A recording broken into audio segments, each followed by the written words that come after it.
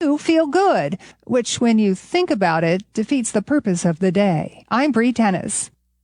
Well, there you go. Sports and weather next on WMBS.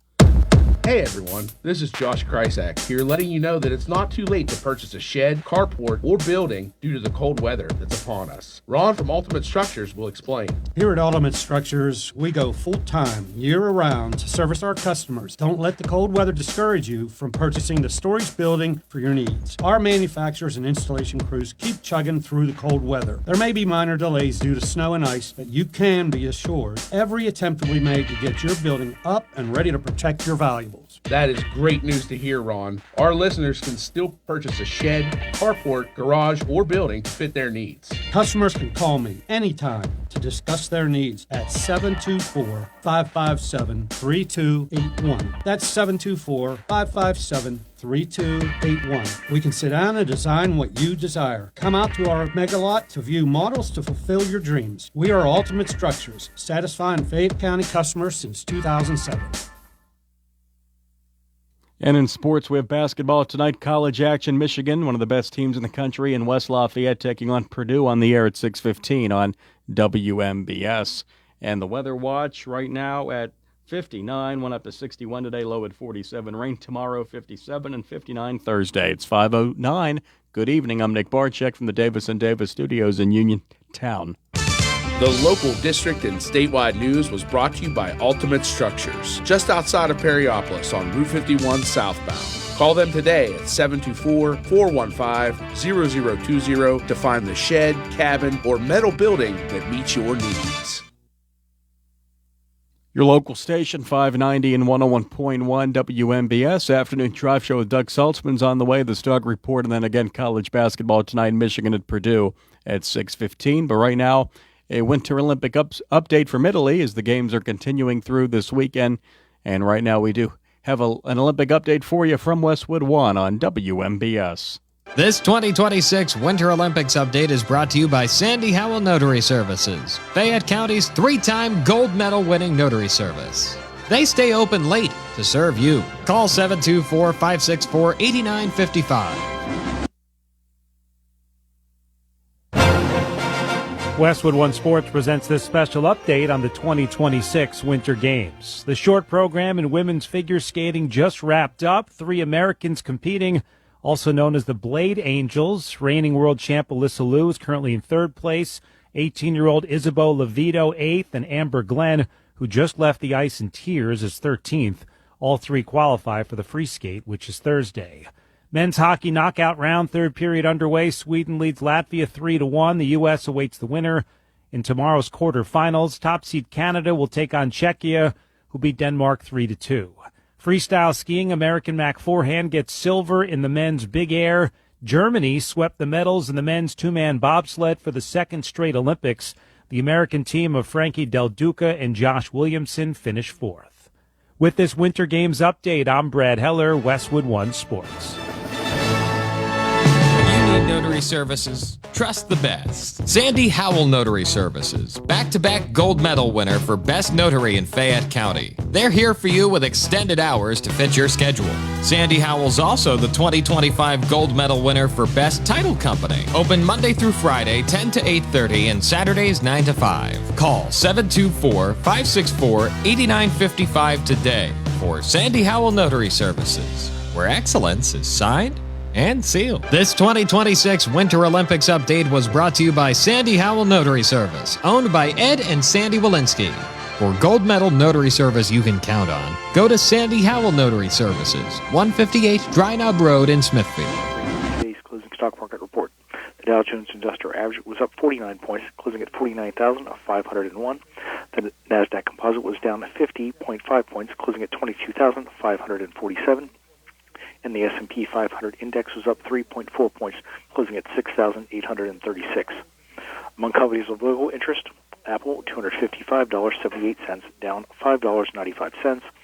Amazon, $198.79, down 81 cents. Cisco, $76.85, up $1.85. Boeing, $242.93, up $3.58. Caterpillar, $774.66, up $16.37. Disney, $105.44, up $3.06. ExxonMobil, $148.37, down $1.56. First Energy, $50.06, up $1.22. Johnson & Johnson, $243.43, down $1.13. Home Depot, $391, up 78 cents. Intel, $46.79, up 31 cents. McDonald's, $327.62, down $4.46. Metal Platforms, $639.77, down $10.04. PNC Financial Services, $229.28, down 40 cents. Raytheon Technologies, $200.05, down $1.09. Rockwell Automation, $394.36, up $12.36. Tesla, $417.44, up 37 cents. Verizon, $48.98, down 48 cents. Walmart, $133.89, up 25 cents. Recapping, the Dow Jones Industrial Average was up 49 points, closing at 49,501. The Nasdaq Composite was down 50.5 points, closing at 22,547. And the S&P 500 Index was up 3.4 points, closing at 6,836. From the Uniontown office of Janney Montgomery Scott, LLC, member FINRA, NYSE, SIPC, where we serve all your investment needs, this is Chris Floyd. Think about the last time you thanked yourself for something. Maybe it was that me time you took last Tuesday, or finally learning Italian. Want to do something you'll really thank yourself for later? Start creating a plan for your financial goals today. State Farm agent Nathan Ferguson is right here in Uniontown to help you look at the things you want to save for and build a plan to set you up for success. The earlier you start planning, the better off you will be. Call State Farm agent Nathan Ferguson today and thank yourself later. Like a good neighbor, State Farm is there. Looking for a fireplace? Koval Building Supply at 40 Monroe Avenue in Uniontown is more than your plumbing supply store. We specialize in fireplaces of all fuel types, such as gas, wood, pellet, and electric. We're now featuring Harmon pellet stoves from Forge and Flame, perfect for keeping your family warm and cozy. Call Koval today at 724-437-8824 or visit kovalsupply.com to start planning for the winter season. Koval Building Supply, everything you need to make your house feel like home.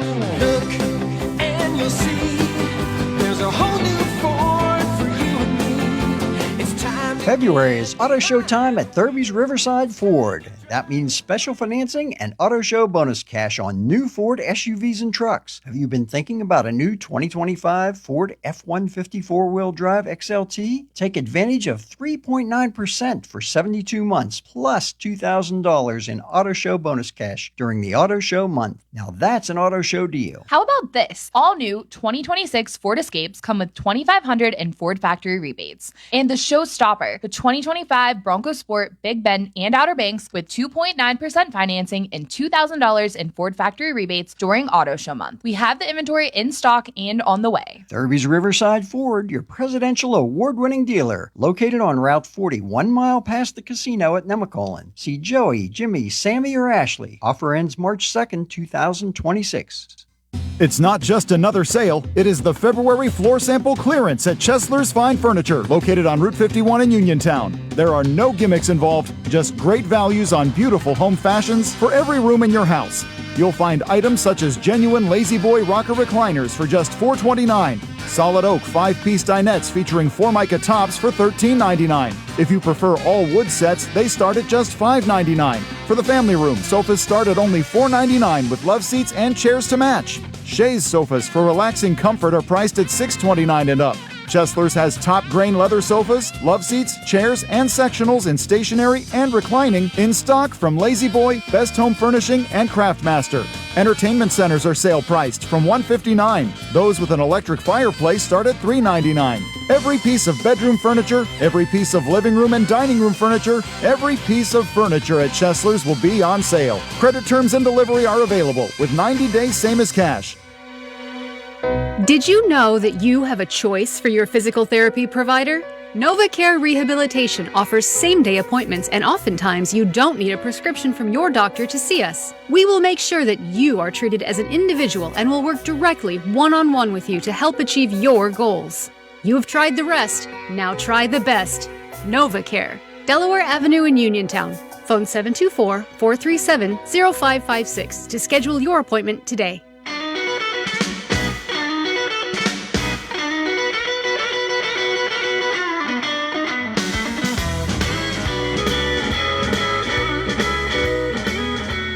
It's the Afternoon Drive Show on your local station, WMBS Uniontown. I'm Doug Saltzman. That is Nick Barczyk. Nick, how are you today? Oh, better now, Doug. It's warm. We're in the 60s, and we have baseball on the radio Saturday. Couldn't be better. How about that? Yeah, baseball game coming up this Saturday, 1:05 p.m. I don't know who the Bucks are playing. Tell me it's a National League team at least. No, it's a Bradenton Community College. No, they stopped playing college teams once when they lost to one. They're playing the Orioles. Sorry, Doug. Well, back to 1971-79 World Series, because I live in the past when it comes to the Pirates. Well, I almost called you, and I realized that I don't think you have this channel. You don't get the channel anymore that has the Pirate and Penguin games on it, do you? No, I do not. Which is insane because you're whatever. We won't even get into that. But they were airing a game from 1976 the other night. Pirates-Dodgers with John Candelaria on the mound. You would be in your glory, Doug. Did he pitch the no-hitter? I think that, you know what? I think it was the no-hitter game. I fell asleep. It was on at 4 in the morning, which is about when I fall asleep. I think that was the no-hitter game, yes. He pitched very well. The first 3 innings, it was up and down, so I think that was the no-hitter. And it would be odd just to air a obscure game. It would. I thought maybe because it was 50 years, it was 76. But yes, that I'm pretty sure it was the no-hitter because it was against the Dodgers. I'm sure Lanny, if he's listening, is screaming at the radio that it was the no-hitter game. Yes. Let's see here. August 9th, 1976. That was it. He became the first Pirates pitcher in 69 years to throw a no-no. I mean, think about... I don't think one has pitched one yet. Since Skeens maybe pitched a one-hitter last year, but... The Pirates had a combined no-hitter. Right, 97. That's right. Cordova and Rincon. That's right. With the walk-off home run in extra innings. Yeah.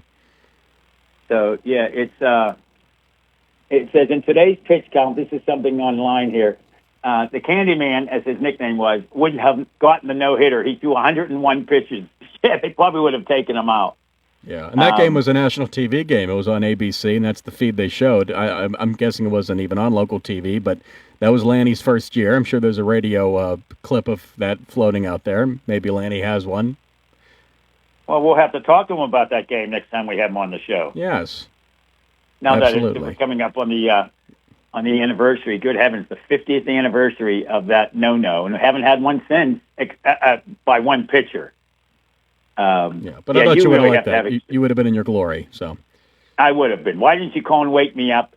You could have FaceTimed the game on your TV, and I could have watched it on my phone. That's okay. Although that probably violates something. And, of course, it was a home game, too, which helped. It was. I'm watching some of the video here.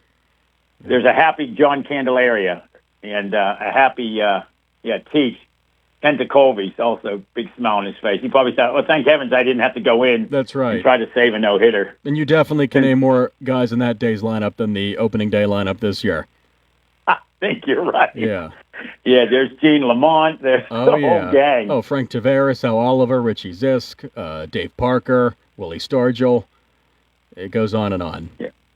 Yeah, that's a good one. Speaking of Pirates, coming up here in just a couple of minutes, we're going to check in with the Pirate for Life, Steve Blass. You may have heard in the news, we reported it here, the death of Elroy Face. Back in the day when, good heavens, he might have the all-time record for saves, but in his day of pitching, they didn't keep saves the same way. You could only get a save if you were in the last inning of the game. You could only get a save if it was one run. Now, you can get a save if the tying run is in the on-deck circle. It's kind of odd. But a great career he had, played a big role in the 60 World Series. We're going to talk to Steve Blass about that coming up. Then we're going to talk a short show today, by the way. We're only on until 6. Sports tonight, of course. Darius Chisholm, who a lot of you may remember, was a reporter and anchor with WPXI TV. He's done a number of very interesting things over here. Her latest endeavor is called The Gathering Room, and about a new book she's currently writing called Awakening the Prosperous Human. There's a cool name. We're going to talk to her at about 5:40 p.m.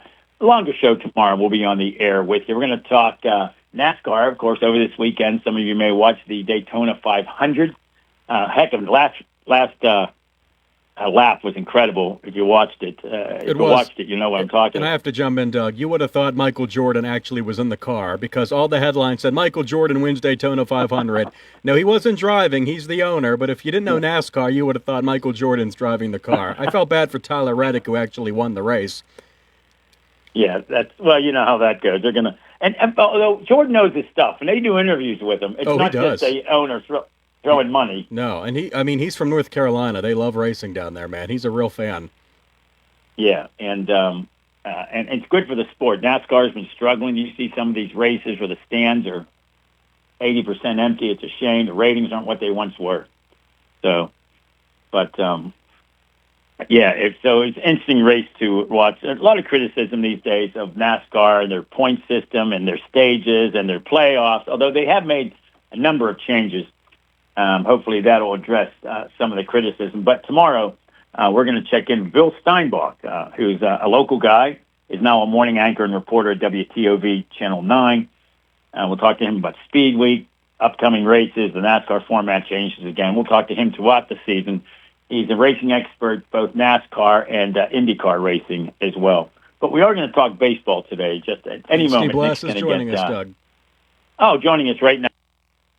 On the yeah, Steve, how are you? Thanks for joining us today. We appreciate your taking time to join us on the WVU Medicine Uniontown Hospital talk line. You lost a former teammate, I'm guessing a friend, quite a pitcher. He was Elroy Face, of course, is who we're talking about. He was really the archetype of what became known as the closer. Is that? Would you agree with that, or am I exaggerating? Yeah, no, yeah, he kind of took charge of that, especially when that year he won 18-1. But Elroy, back in the day when he was in the minor leagues, he was a starting pitcher, and he had some good seasons. So he was not only the closer to get the last out, but he's one of those guys that kind of initiated the. He kind of was one of the best of those guys that could come in. They could pitch 1 inning, 2 innings. They could come in after 6 and pitch 3 innings because there was no pitch counts then, and there wasn't all the analytics and all that. And I rail against all that, but we were in that kind of world. But Elroy, Dave Justy was that type of guy. Ken Tekulve was that type of guy. But Elroy had that magical pitch, that forkball. That he threw as hard as he could, but it couldn't go fast because of the way he gripped it, and the bottom would fall out of it. But, what a lot of people don't talk about with Elroy, when I was a rookie, I was fascinated watching him come and walk from the bullpen into the mound. The body language he had at 5'6" or 7, whatever it was, he walked up on that mound like he owned the joint. And I thought that was to me, that was like taking charge of the situation. And I was fascinated. Yeah, I'm sorry, I cut you off there. Go ahead, Steve. I'm sorry. That was my thought. In his day, and we got this email here from Ken when I mentioned that you were going to be on the show today. It says, in his day, saves weren't officially a stat, and you only got a save if you faced the tying or winning run. Now you get a save if the tying run is only on deck. Or if you pitch a full inning with a 3-run lead. So, the stats are a little different now. My gosh, can you imagine the saves he would have had with today's rules?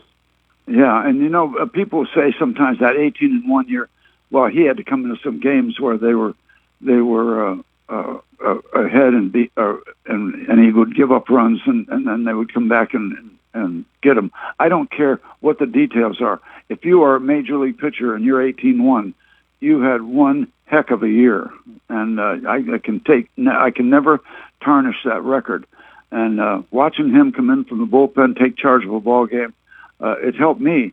And he was one of those guys from that leftover 60 team that helped me go from being a ball player to a major leaguer, and that was one of the factors. The way he walked around that mound, like he was never going to beat himself. You might beat him, but he's never going to beat himself. And it was just, I got a young education from watching how he took charge of the pitcher's mound.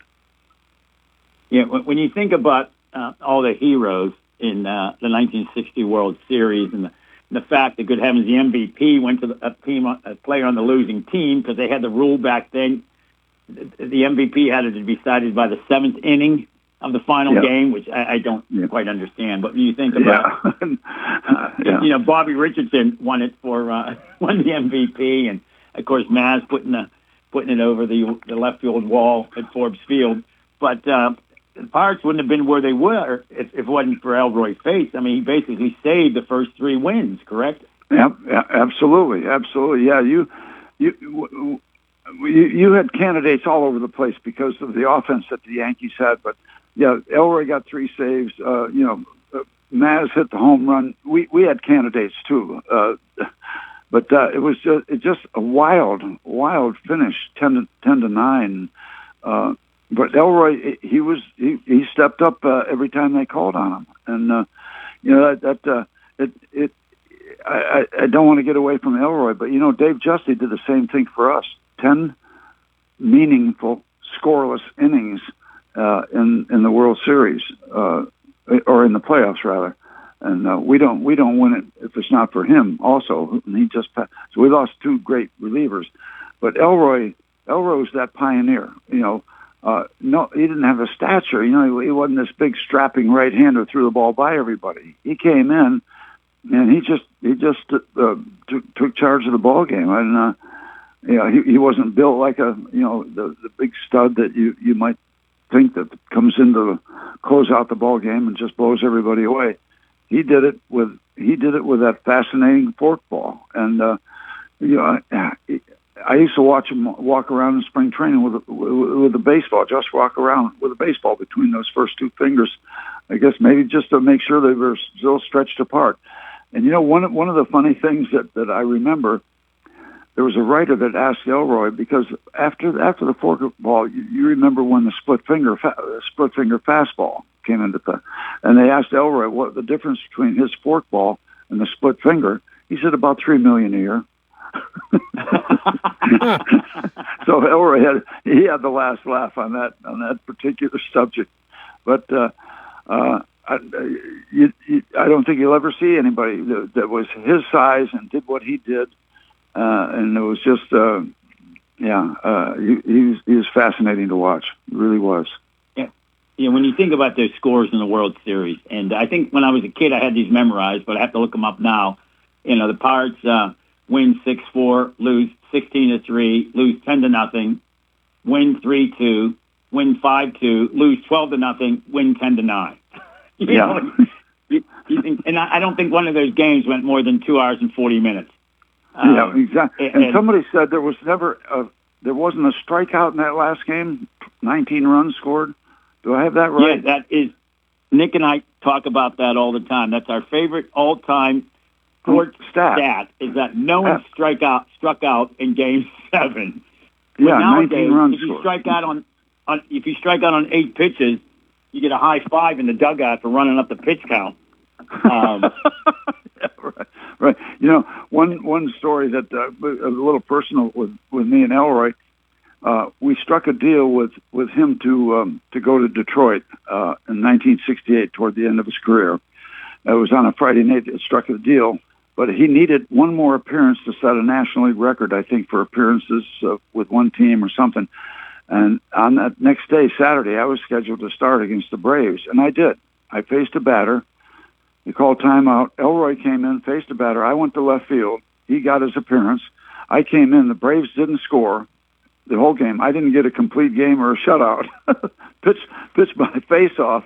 Well, I shouldn't say pitched my face off, but Elroy got his appearance, and I had a great ball game. But it was fascinating. I never expected to be sent off the mound to left field, but it all worked out. And Elroy, we became good friends too. He was great with the alumni and the charities.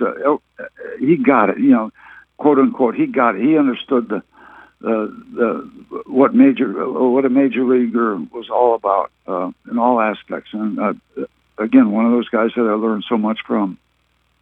Yeah, I had a chance to meet him once. It was some charity event. I'll never remember what it was, and he was joking at one point with a group of us about how much money he made compared to what they made now. A lot of folks from that era were bitter about that. He didn't seem to be. He just realized that's life. Things change. Yeah. Well, what are you going to accomplish by screaming about it? You're in the big leagues. You know, he did get a World Series check. It wasn't much, but he happened to play in that era. A ton of time before free agency, and that's just the way that the big boys were making 75 to 100,000. I mean, the big boys, the Mantles and the Mickey Mantles and those guys. I think even in the early 70s, I think Mantle and Clemente and Mesa, they were making $1.25. So that's the way it's evolved. But when free agency came and the floodgates opened up, but yeah, Elroy had a good perspective on life. Let's put it that way. And that was throughout sports. I had a chance to chat with Franco Harris many years ago, and I said, "Hey, if it's none of my business, Franco, tell me to go to heck. But what did you make your first year?" He said, $35,000. With a well, good for him. I made $7. My first year in the big leagues.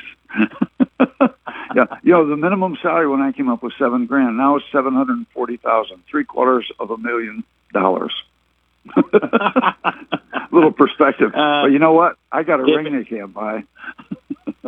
That's right. Different era. Nick was saying earlier, he always jokes, I was a kid from the 70s. I grew up in Pittsburgh in the 70s. What a time. All the winning. Yeah. The decade. The great decade. Oh, my heavens. Yeah, I turned 7 in 1970. The C. Millers won the table tennis tournament. C. Miller brothers. Right. Yeah, the Pittsburgh Triangles, for heaven's sake. And won the tennis championship. Yeah. And we used to say that the Penguins weren't very good, but you get a youth ticket for about $4. So we live with that. We can be okay not winning much. Hey, Steve, we appreciate your taking time to squeeze us in today on a busy schedule.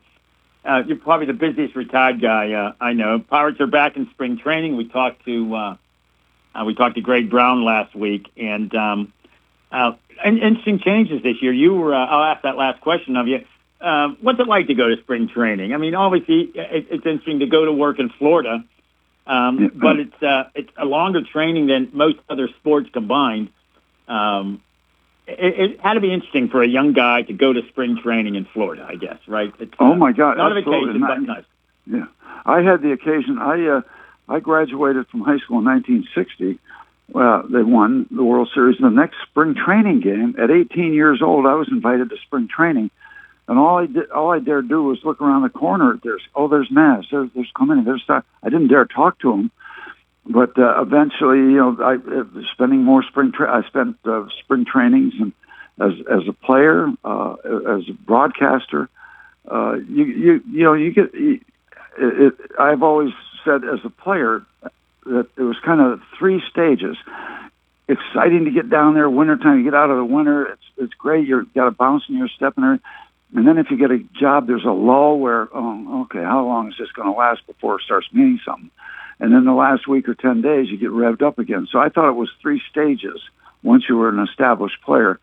But I remember as a young pitcher, every time I would ride into the ballpark at spring training, I'd ride with other young pitchers, and we'd say, is Law going to be all right? Is Bob Friend going to be okay? Are there going to be openings? Is anybody hurt?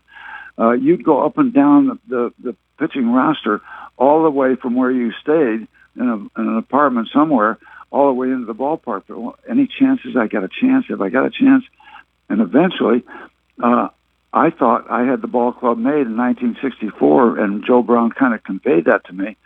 So I sent Karen to Pittsburgh, my wife Karen, my new wife, to Pittsburgh, and she was there, got there, and then Joe Brown told me that the day before he broke camp, he said, "Steve, we've changed our mind. We're going to send you to Columbus." So my wife Karen made the big leagues before I did. So kind of ironic, but it's something to be excited about. and if people come down, fans, it's so much more personalized. You're closer. You see the guys are people instead of baseball machines, and it's a wonderful time for the fans.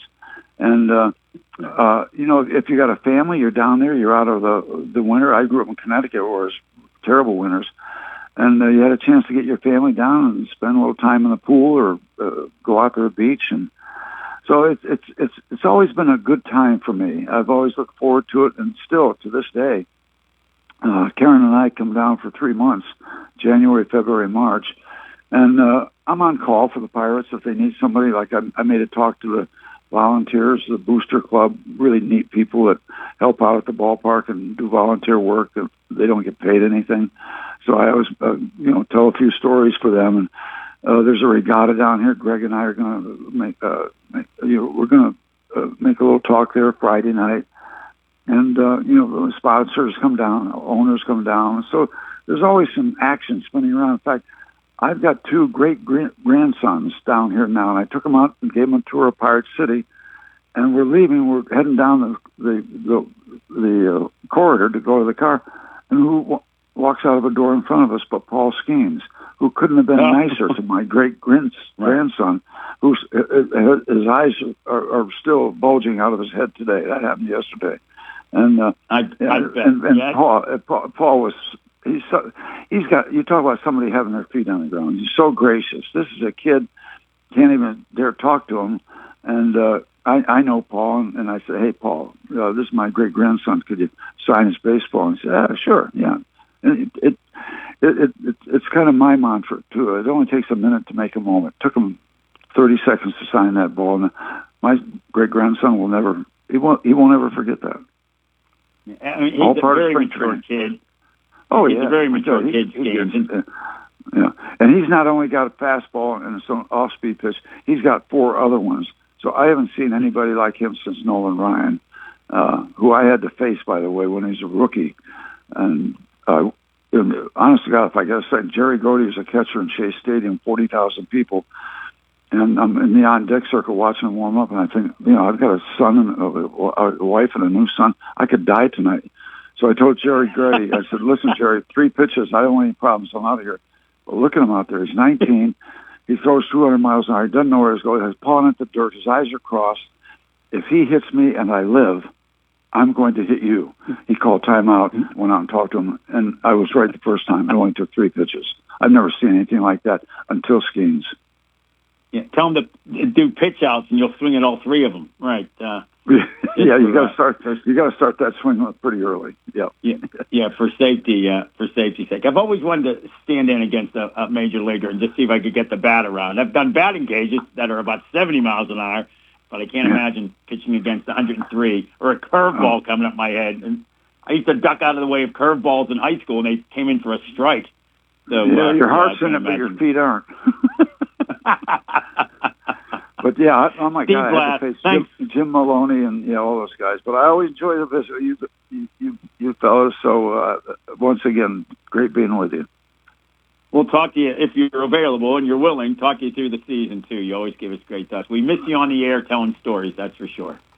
I'll look forward to another Steve. visit. Yeah, take care. Thank you so much. Have a good evening. Okay, thanks. Steve Blass joining us on the on the WVU Medicine Uniontown Hospital studios. We'll tell you what let me get that right. It's the WVU Medicine Uniontown Hospital talk line at the Davis & Davis Attorneys at Law Studios. I'm doing an interview with Steve Blass. I get a little flummoxed. I think that's understandable, which means we're now running late for our next interview. Let's take a break. We come back. We're going to check in with Darius Chisholm. Stick around. Ready to score big on your next home? Well, great news. Huge savings are waiting for you at Clayton Homes of Bell Vernon. From open floor plans perfect for game day parties to energy-efficient homes that will help you save money all season long, these homes are built to deliver. Don't wait on the sidelines. Make the winning play today and find the home that fits your family and lifestyle. Visit Clayton Homes of Bell Vernon at 4500 Route 51. Experiencing symptoms of COPD? Frontier Clinical Research in Scottsdale has been selected to conduct a clinical research study, and participants are needed. All study-related care will be provided at no cost, and no health insurance is required. Compensation up to $2,200 for qualified participants for time and travel. To learn more, call Frontier Clinical Research in Scottsdale at 724-220-5281. That's Frontier Clinical Research in Scottsdale at 724-220-5281. At Live, we want to say thanks to our community with our biggest giveaway yet. Thanks a Million free slot play giveaway. Join us every Friday in February for your chance to win a share of $1 million in free play, including a grand prize of $25,000 in free play. You could be one of 10 winners each week. So what are you waiting for? Thanks a Million, only at Live Casino, Route 30 at Westmoreland Mall. Gambling problem? Call 1-800-GAMBLER. If you are looking for a trusted local law firm with a strong commitment to their clients, look no further than Zebley Law Offices. Attorney Zebley has been practicing law in Fayette County for more than 4 decades. Although specializing in bankruptcy, Zebley also handles real estate matters, civil suits, collections, wills, powers of attorney, and more. If you need legal help, go with a name you recognize and trust. Call Zebley Law Offices today at 724-439-9200.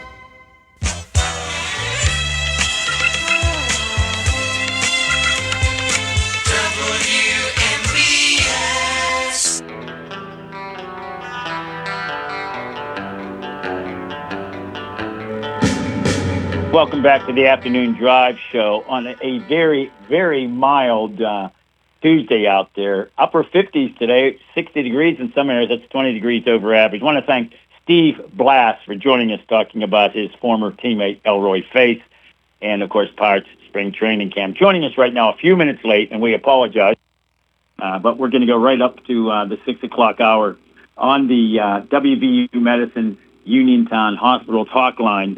You'll recognize your name right off the bat. Darius Chisholm, of course, longtime member of course, the media, and joining us right now to talk about your latest endeavor. Each time I talk to you, you seem to have a new endeavor, Darius. Welcome. How are you? I'm doing great, Doug. How are you? I'm well. You got a couple things new on your plate here.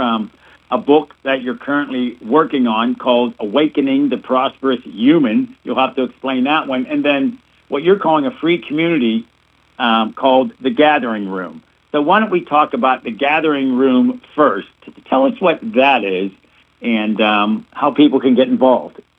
Absolutely. And thanks so much for having me on. It's really nice to be able to speak with Pittsburghers again. It's been some time since I've been there. So The Gathering Room is a free online community that we've opened the doors to for those people who are experiencing what many of us would refer to as our awakening, an awakening journey where things have shifted, life feels incredibly different, you're waking up from the way life used to be, and you might feel a bit stuck right now thinking, now what? Now what do I do? And, for many people, they've had in their lives maybe the quest to discover more about themselves, whether it's who am I, what is life really about, what is my purpose, and that sends lots of people on their path. Others have experiences where it may be spontaneous, maybe a near-death experience. Plant medicine and psychedelics can certainly usher someone into what would be defined as an awakening experience. And then sometimes people just naturally begin to question. And, for me, the last 10 years has been some combination of all of those things, frankly. And it's just opened me up to learning and studying more about myself, also about humanity and our propensity to really understand expanded states of consciousness and awareness. And so within The Gathering Room, we talk about that. It's also a lot of what I write about in my book, Awakening the Prosperous Human. Because for most of us in this lifetime, this is the first time we're waking up. And, not that there's a set of instructions because it's all still very mysterious, but at least if there's some opportunity to be in community, to talk with others about it, to have a mapping system, so to speak, to follow, it can be quite helpful. Wouldn't it be nice if there was an instruction book, right? That would be, okay, I'm having this issue with my daughter. I handle it A, B, C, and D. That would be wonderful if, in fact, there was something like that. Of course, we're talking with Darius Chisholm, Emmy award-winning television news anchor, filmmaker, author, and storytelling coach, about her new book and her new effort with, of course, The Gathering Room. Everybody has issues in life they had to deal with. I can't imagine one being as traumatic as you dealt with, of course, with being a victim of course, cyber harassment, revenge porn, and you're still working with people on that, right, to support victims of those issues. And you obviously had a very personal experience with that. That's what brought you to this, right? To make this really a goal in your life. Explain how that's really. Obviously, we can't even imagine how that was transformed someone, but it sent you in a different direction to help people, right? Well, it did. I mean, and after having a very personal and long-fought drama that was cyber-related, revenge porn-related, and filming a documentary, creating a social justice project, advocating for victims, and including my own personal fight for justice, which I ultimately won and established some laws around, I'm quite proud of, but it left me exhausted. And I literally, after 5 years of pushing that, just found myself in this place where, I had this ongoing thought, if hurt people, then healed people heal people. And so I went on this quest, first and foremost for my own personal healing, but also just to look at the different healing modalities that are available for us when we have experienced massive trauma or drama or pain. And many of us have had different episodes of that. And so it literally was because of that it put me on this path. And I spent about 5 years researching and experiencing different healing modalities. And what opened up for me was this realization that part of that, I would call that experience that I had my dark night of the soul moment, and it served me. It cracked me wide open so that I could go on a deeper journey inside and question all things in life, not just what had happened to me, but why does this happen to everyone? And while I don't have the answers to that, and I don't pretend to know that, what I am aware of is that when things happen, we can shift our perspective and see that they're happening for us and not to us. And when I did that, it allowed me to, again, heal, but then look at healing modalities, discover them for myself, and then begin these conversations about awakening. And what happens during that process? Because it's a beautiful process. It's like crawling into a cocoon and becoming butterfly soup, and then sometimes years later you emerge as this butterfly. And I'm starting to see that in lots of people. I mean, there's a big shift that's happening on the planet right now, and these kinds of conversations are happening more and more. And I find them to be ever so important, particularly in this day and age, that we find ways to really ground and come together and find, the things that matter in life, which is love and peace and joy and harmony. When you think of what all of us dealt with when it came to COVID, some people talked about the impact it had on America and people. Some compared it to 9/11, although, following 9/11, the goal was people were being told, go out and do things. Don't just sit at home watching the news. Get outside. Get out into the world. Whereas COVID, unfortunately, you had to do the exact opposite. You couldn't go out in many cases. Multiple times, all of us had to be sequestered or avoid other people. I remember talking to somebody at CBS who lived in a basement apartment in Hell's Kitchen, without a window, and she was stuck there for 3 weeks at one point. Imagine what that does to somebody not to have interaction. Let's talk about that interaction. COVID brought the days, it already existed, but more so of working remotely. And yeah, it's nice to be at home, but you don't have that human interaction. That's critical, isn't it?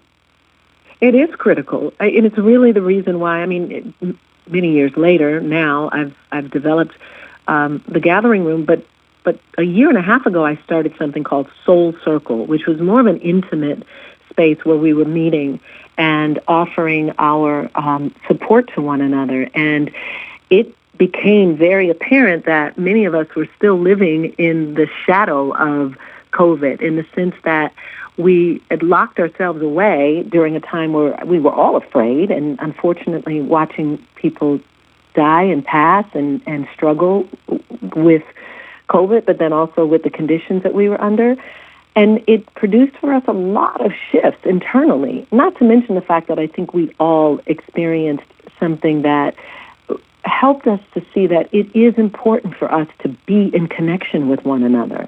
And even if we have to do it online, which of course is where many of us started developing it, we're humans, and it's important for us to be in each other's space and in each other's lives, and to feel safe and to feel held is important when you're experiencing something that you can't quite get your head around. And what happens in most cases is that people retreat and they find themselves alone and desperate and in need. And, you know, the Gathering Room, Soul Circle, the work that I'm doing, the book, is all intended to support people in this piece of life, this journey in life.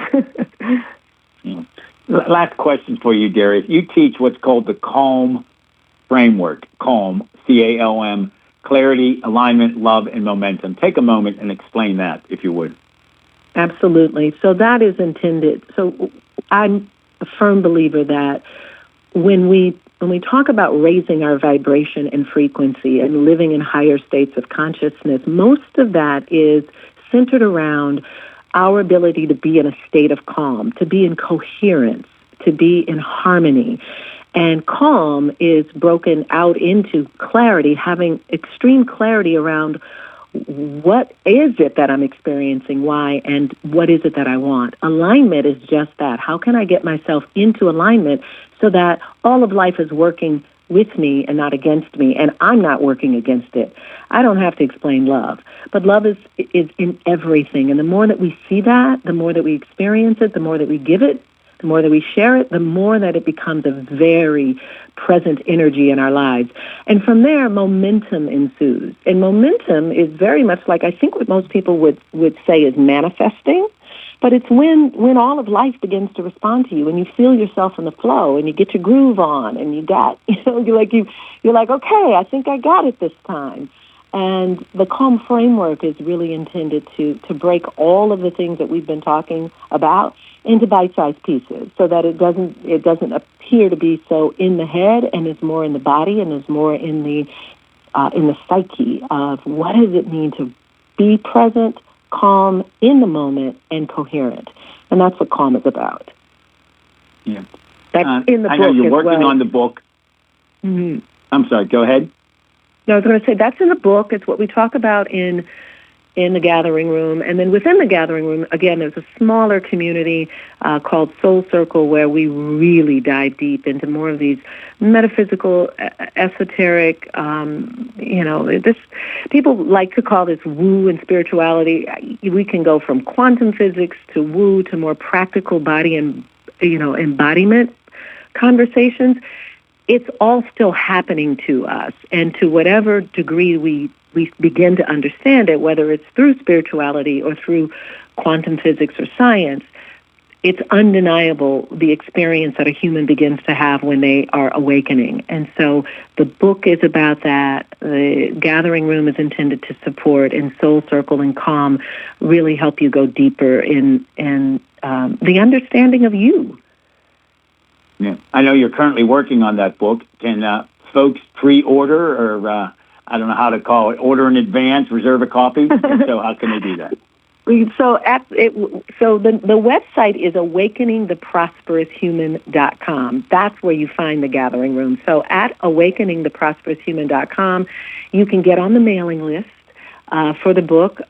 So you'll be the first to know whenever the book does come out. It's going to be some months, but we're curating now and talking about it. And so that's, you can still go to Awakening the Prosperous Human right now, read some of the excerpts, discover what's inside there, join some of the conversation, and then when the book is ready, you'll be the first to know. Great. Darius Chisholm, thanks so much. We haven't talked to you in a while. It's good to check back in with you. Glad to have you reconnect to Pittsburgh here. And good luck with that book. We'll be back in touch, of course, when it's ready to be published. Thanks so much. I appreciate you, Doug. Thank you. All right. Have a good evening. Darius Chisholm joining us on the WVU Medicine Uniontown Hospital Talk Line. That's a wrap. It's a quick show today, folks. We have, of course, national and local news coming up, followed with sports and weather. And then we have college basketball tonight, all on your local station, WNBS Uniontown. News, and of course, we didn't have a chance to talk about it today. Quick show: the Reverend Jesse Jackson has passed away. Obviously, different opinions about Jesse and his impact over the years. And of course, he ran for president a few times, but certainly he had quite the impact on America and has been out of the public eye for some time due to an illness. But quite the legacy he leaves behind. We hope to talk about that tomorrow during the afternoon drive show. We'll be on a little longer tomorrow. We'll be with you till 6:45. Right now, 5:59, and what are we looking at? 59 degrees right now outside our Davis & Davis Attorneys at Law Studios. I'm Doug Saltzman. That's Nick Barczyk. Nick, we got Pirate Baseball coming up 1:05 p.m. on Saturday. That's a sure sign. Of course, that spring's not that far away, but spring training in the dead of winter, always rather interesting. Have you ever been down to spring training, Nick? We have about 10 seconds. I've been to games. I have not, Doug. No. Good time down there. I've done it a while ago. Thanks for listening, folks. Enjoy the game after the news. Have a good evening. This is CBS News on the Hour, your home for original reporting. I'm Heather Bob.